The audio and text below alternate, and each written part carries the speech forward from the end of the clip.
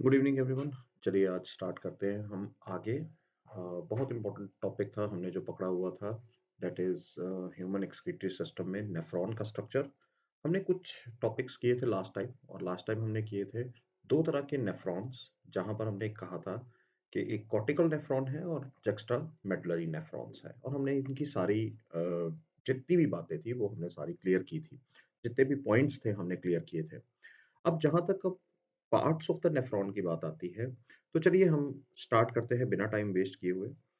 Now देखिए, हर एक nephron के पास 2 ही पार्ट्स होते हैं, 2 मेजर पार्ट्स हैं, जिसमें एक रीनल कॉर्पसल आता है और दूसरा रीनल ट्यूब्यूल आता है।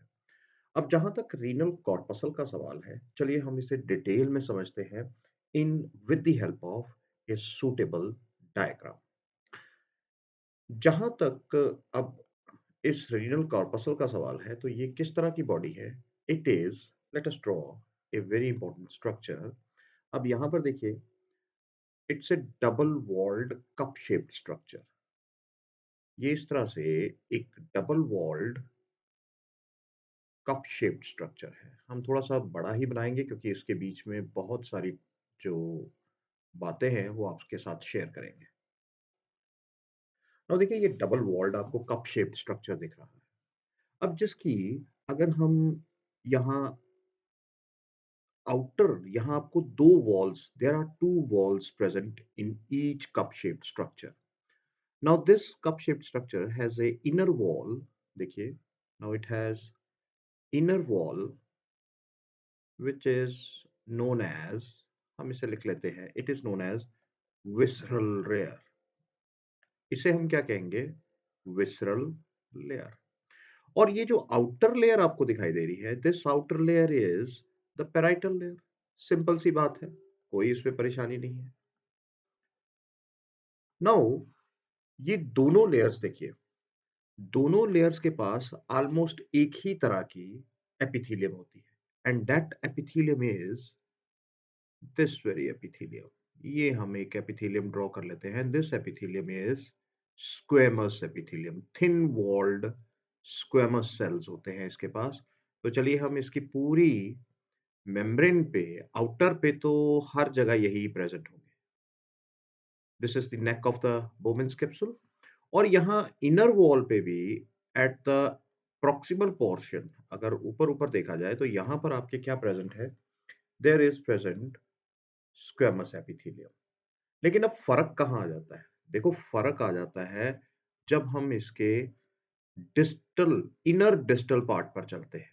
चलिए जल्दी से इसको ड्रॉ कर लेते हैं, और फिर मैं आपको इसकी पूरी, आज अगर आप ये देख लोगे तो आपको किसी भी तरह की कोई परेशानी नहीं होगी इस पार्ट में।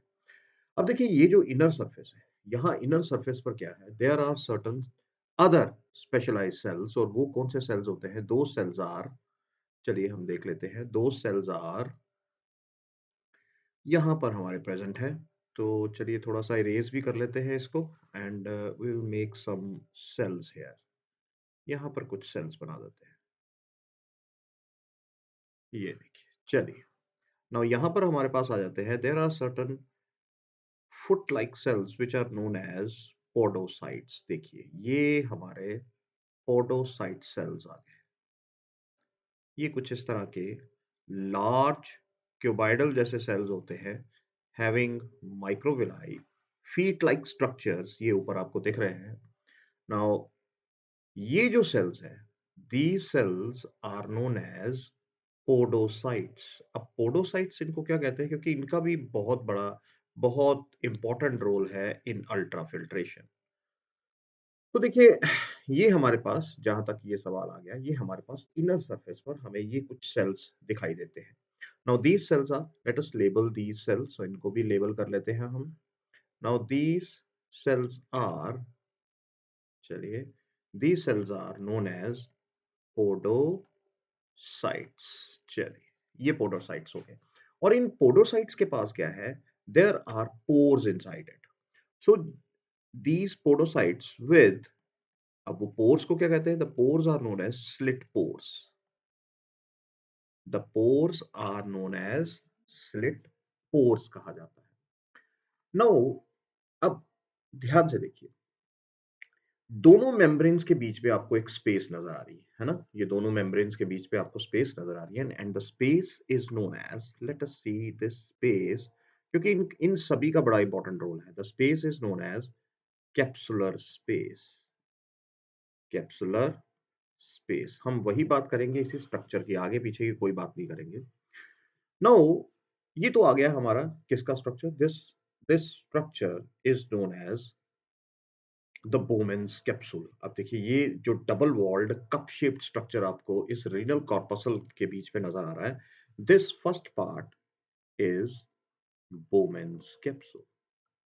Bowman's capsule. अब इस बोमेन्स कैप्सूल में आपने क्या देखा, चलिए हम इसके पॉइंट्स नोट कर लेते हैं। हमने देखा देयर आर टू लेयर्स, दो लेयर्स है। There is one parietal layer,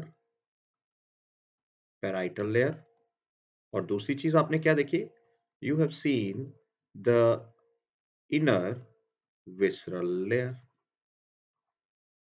इसके अलावा आपने क्या देखा, both the layers, both the layers possess कौन सी epithelium, squamous epithelium, squamous epithelium, except at the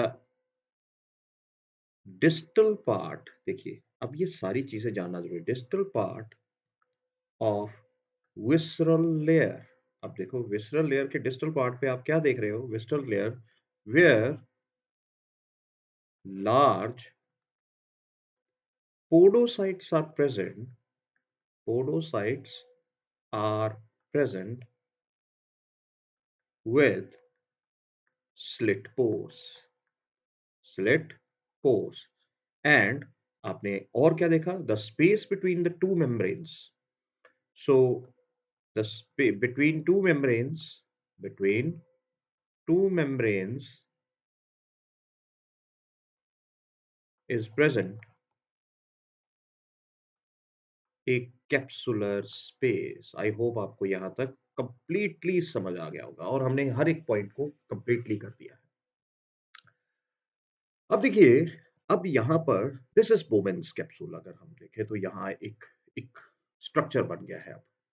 अब यहाँ से अगर हम एंट्री देखें तो यहाँ से एक एंट्री हो रही है एक बहुत इंपॉर्टेंट पार्ट की, वो है हमारे पास डेट इज एफरेंट आर्टरियोल। यहाँ पर क्या है देखिए, there is a artery called dorsal ऑटा।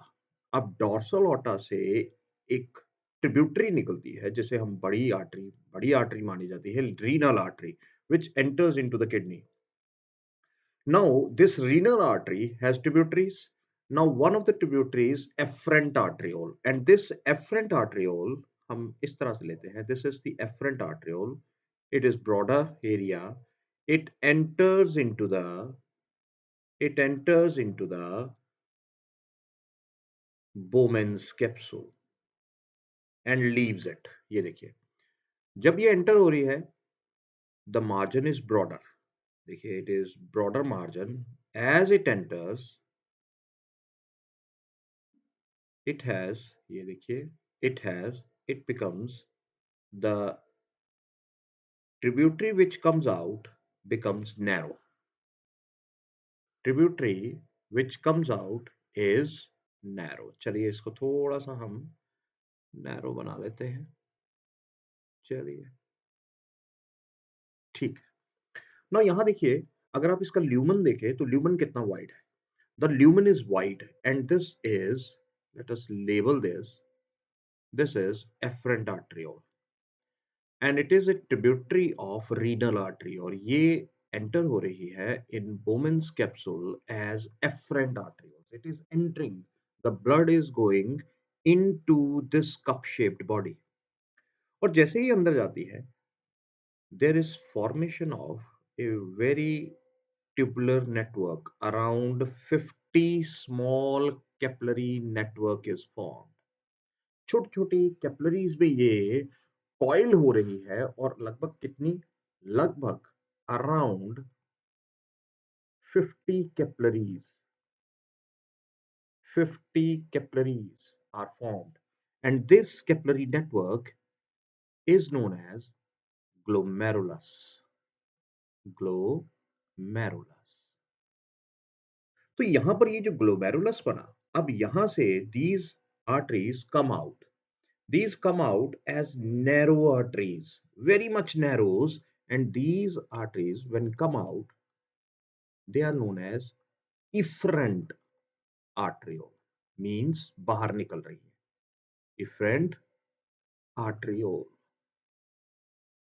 Now देखिए, अब अगर आप देखें, अब ध्यान से देखिए, ये जो efferent और efferent arterioles है, इनकी जो वॉल्स है, ये जो आपको वॉल्स दिख रही है, the walls have simple thin cells, squamous epithelium, and these cells, the walls of the efferent and afferent, चलिए हम यहां लिख लेते हैं, यहां पॉइंट लिख लेते हैं, दोबारा बना लेंगे डायग्राम, कोई फर्क नहीं पड़ता. Walls of afferent and efferent, अब इसमें ग्लोमेरुलस भी आ जाएगा. इफरेंट आर कंपोज्ड ऑफ, अब इसमें क्या होते हैं, कंपोज्ड ऑफ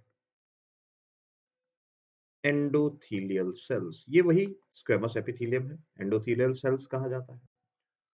और इन्हीं एंडोथेलियल, इन्हीं के पास एक और सेल्स होते हैं, there are some certain specialised cells भी प्रेजेंट होते हैं, there are certain specialised cells also present. और वो क्या है, दो cells are known as juxtaglomerular cells. देखिए वो भी यहाँ प्रेजेंट होते हैं इन्हीं वॉल्स में. तो मैं एक हल्की सी आपको एक डायग्रामेटिक व्यू देता हूँ कि कहाँ होते हैं. अगर मान लो ये हमारे पास इनर थिन लेयर आ रही है, ठीक है, ये थिन लेयर है, यही थिन लेयर है, और यहीं पर क्या होते हैं, यहीं पर आपको क्या दिखाई देंगे. अब ये डायग्रामेटिक व्यू है सही, लेकिन एक समझने की बात है कि यहीं पर आपको क्या दिखाई देते हैं, there are certain cells which are basically known as, हम चलिए इसको थोड़ा सा और थिन कर लेंगे. यहाँ पर आपको कुछ सेल्स दिखाई देंगे which are known as juxtaglomerular cells. ये यहाँ पर इसी मेम्ब्रेन के साथ ही यहीं पर कुछ सेल्स होते हैं. सो इन्हीं एंडोथेलियल सेल्स के साथ ही बिल्कुल यहाँ पर आपको दिखाई देंगे जे जी सेल्स, juxtaglomerular सेल्स दिखाई देंगे. क्लियर. तो ये याद रखिएगा कि ये भी इम्पोर्टेंट पार्ट है और इनका बहुत बड़ा रोल होता है आगे, इनकी हम बात करेंगे, तो ज्यादा कंफ्यूज नहीं करेंगे हम अपने आप को. सो एंडोथेलियल सेल्स यहाँ प्रेजेंट है, लेकिन आप देखिए जैसे ही ये एंडोथेलियल सेल्स अंदर एंटर कर रहे हैं, there are certain, if you see these are the gaps, ये आपको गैप्स दिखाई दे रही हैं. Now these gaps are known as, इन गैप्स को क्या कहा जाएगा, these gaps are known as fenestrae or fenestrations. So these gaps in the endothelial wall are fenestrae. These are basically the pores. अब देखिए नॉर्मल ब्लड वेसल में क्या होता है कि नॉर्मल ब्लड वेसल में भी एंडोथेलियल सेल्स होते हैं और उनके पास भी पोर्स होते हैं और उनकी एक परमेबिलिटी होती है. लेकिन एक चीज याद रखिएगा कि जब ये फेनेस्ट्रेशंस बन जाती हैं, खासतौर पे ग्लोमेरुलस में, इनकी जो परमेबिलिटी होती है, that is around 100 to 500 times more than the normal blood vessels. इनकी जो परमेबिलिटी कैपेसिटी है, let us write down here A very important point, हम यहां लिख लेते हैं the permeability.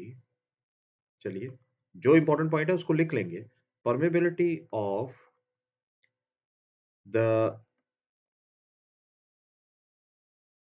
endothelial cells, endothelial cells of glomerulus is 100 to 500 times more than the normal blood capillaries. बेटा clear है. आप सभी को ये क्लियर हो जाना चाहिए। छोटी से छोटी डिटेल आपको पता होनी चाहिए, जो आपके लेवल की है। अब इसके बाद, अब देखिए ये if you see the gap between the two, अगर आप विसरल लेयर और इस एंडोथेलियल लेयर में देखें, तो यहाँ पर भी आपको एक एक गैप दिखाई देगा। चलिए हम इस गैप को ले लेते हैं। ये जो गैप आपको यहाँ दिखाई दे रहा है, इसको हम डॉटेड कर लेते हैं। ये सारा गैप। नाउ ये क्या है? This is basically, we can say this layer supports the endothelial wall. ये इसको सपोर्ट कर रही है। और ये लेयर जो इसको सपोर्ट कर रही है, this layer also acts as a dialysing membrane. ये लेयर जो है, ये भी क्या एक्ट कर रही है? As A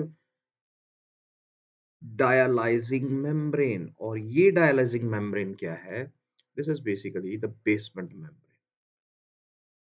this is the basement membrane, और इसके पास भी पोर्स है। इसके पास भी पोर्स है।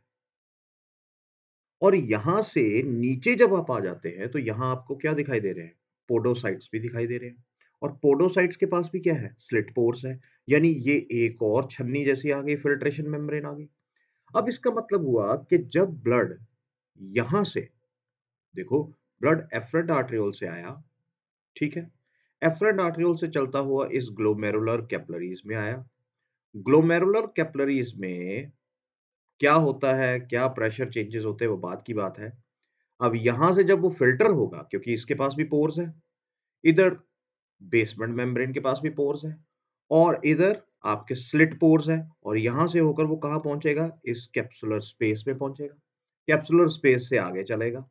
तो अल्टीमेटली आप देखिए कि ब्लड की फिल्ट्रेशन कितनी हायर लेवल पे होती है, कितनी स्ट्रॉन्ग फिल्ट्रेशन है।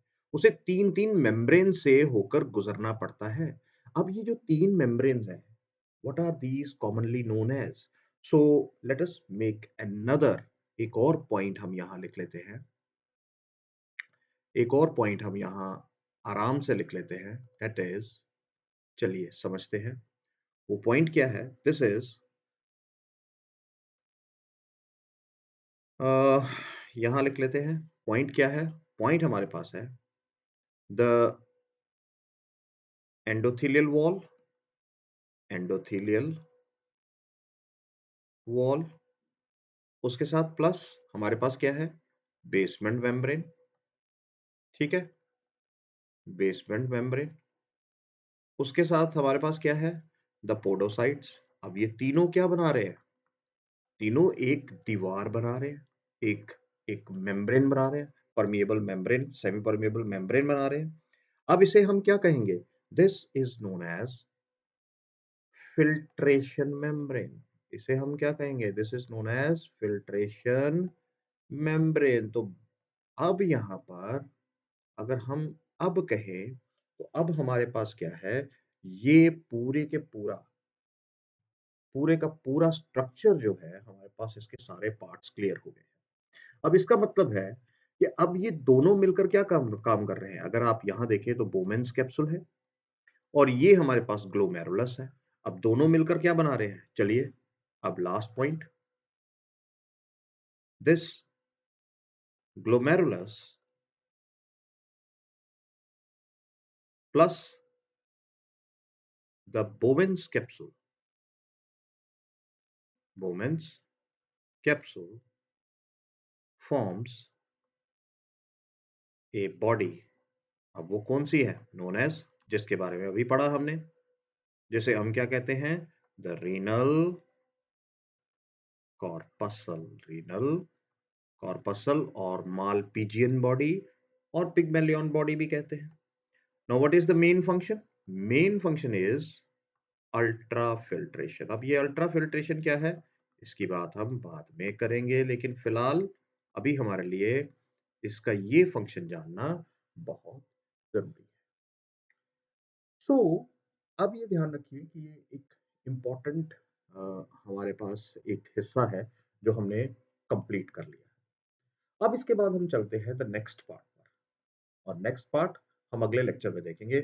I hope you like the lecture, और हमने सारी चीजें कवर की हैं। So do like, share and subscribe. Thank you very much.